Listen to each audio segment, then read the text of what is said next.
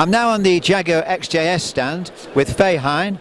Good afternoon, Faye, and welcome to the Classic Motor Show 2024. Good afternoon, and I feel very honoured to be here. My car has been invited by the XJS Club. In fact, they told me if I didn't bring her this year, they would let my tyres down.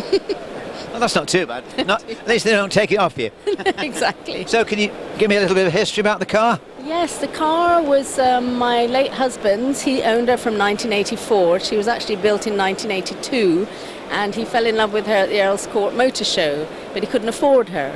So 2 years later, having kept in touch with the Lynx people, Chris Keith Lucas, they said she'd done her job as a marketing car and she'd done 20,000 miles, and he could have her for £17,500, so he bought her. So it was really just as a marketing car then? She was the first one. She's the prototype, the first one they ever built. Yeah. And then I guess they took commissions after that, and that's why they were able to let her go. The BBC had also borrowed her to be used in a series with Penelope Keith driving her, Right, really? Something called Sweet 16. But Rupert he didn't like the XJS, something to do with the ugly buttresses. I'm not a car person, but he loved this, Yeah. and he loved the fact that he could fit 8 keyboards in her, which he couldn't do in his Land Rover. Because he was a musician, he was a record producer. Right, okay. So have you any idea how many they actually produced of them? 67, I believe, and I think they're 56 still in existence. But she's the very first one, the only one with a sunroof, because they thought it would facilitate the join. But they said it was the worst decision they ever made. So they ended up looking a bit like a threepenny bit. I think she looks lovely. So it's the rear end that's different, isn't it? Yes, very much so. They call it a shooting brake, not a Right, yeah. estate. Yeah. That's the American. That's the American. Respectful way of addressing her, apparently. That's what the Americans call it. So you've had it how many years then? Since '84.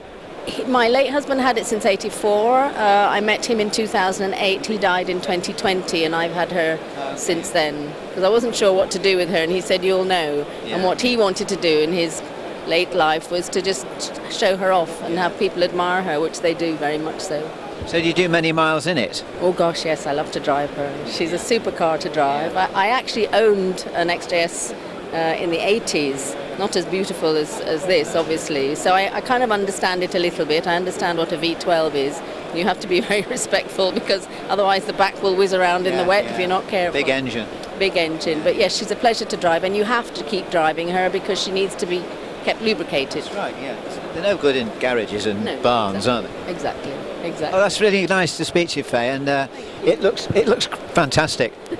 Well, she's had a lot of celebrity passengers in her too. Has she? Tina Turner, Yeah. Stevie Nicks, Howard Jones, Peter Gabriel, I think, even has been in her. And apparently they wanted, All the pop stars. but the waiting time to have one commissioned was too long. I think it was about 14 weeks. They use it too. Yeah. No, she's lovely. She's got a lovely history, and as I say, great pleasure. She actually won a prize last year at Ambergate for being the '82 classic that the owner would most like to take home. Yeah, yeah, I can understand that. Yeah, this is a lovely car.